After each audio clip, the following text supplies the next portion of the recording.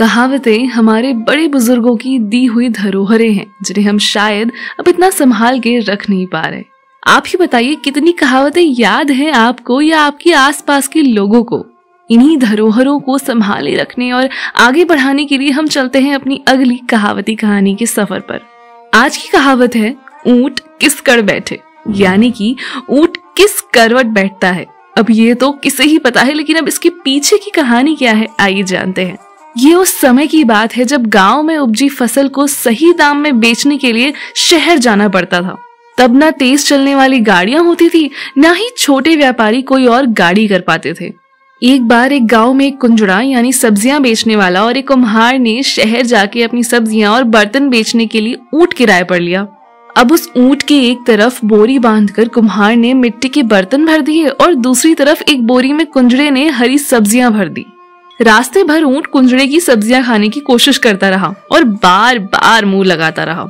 ये सब देख के कुम्हार ने अपने व्यापार की डींग हाँकते हुए कहा कि मेरा धंधा कितना अच्छा है, कैसा भी भूखा जानवर क्यों ना हो मेरे बर्तनों में मुंह नहीं मारता। तुमने ये कैसा धंधा अख्तियार किया जिसकी संभाल रखना भी कठिन है। अब इस पे कुंजड़े ने थोड़ा भी गुस्सा ना करते हुए बड़ी सूझबूझ से जवाब दिया, था बिल्कुल सही कह रहे हो, पर सभी व्यक्ति एक जैसा व्यापार तो नहीं कर सकते और हर व्यापार की अपनी अपनी अच्छाई बुराई होती है। इस तरह फिर आपके दूसरे के व्यापार को नीचा दिखाना शोभा नहीं देता और ना इससे कुछ होगा। जब आप इतना बोल ही रहे हो तो देखते हैं कि ऊंट किस कड़ बैसे, तब बाद में सोच समझ कर अपनी राय दे देना। ऊंट किस करवट बैठेगा ये सोचते सोचते शहर का हाट यानी बाजार आ गया। जब ऊंट शहर की हाट के सामने बैठा तो बेचारा थका हारा ऊंट मिट्टी के बर्तनों की तरफ लेटकर पसर गया। सारे बर्तन चकनाचूर हो गए, बिल्कुल कुम्हार के घमंड की तरह, और सब्जियों का कुछ भी नहीं बिगड़ा।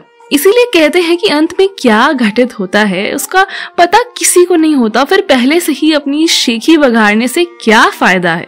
बिना परिणाम या भविष्य जाने ही निर्णय लेना और किसी निष्कर्ष पे आना कहीं की समझदारी नहीं है। आपको हमारी आज की राजस्थान री कहावतें कैसी लगी हमें जरूर बताइएगा। तब तक के लिए राम राम सा।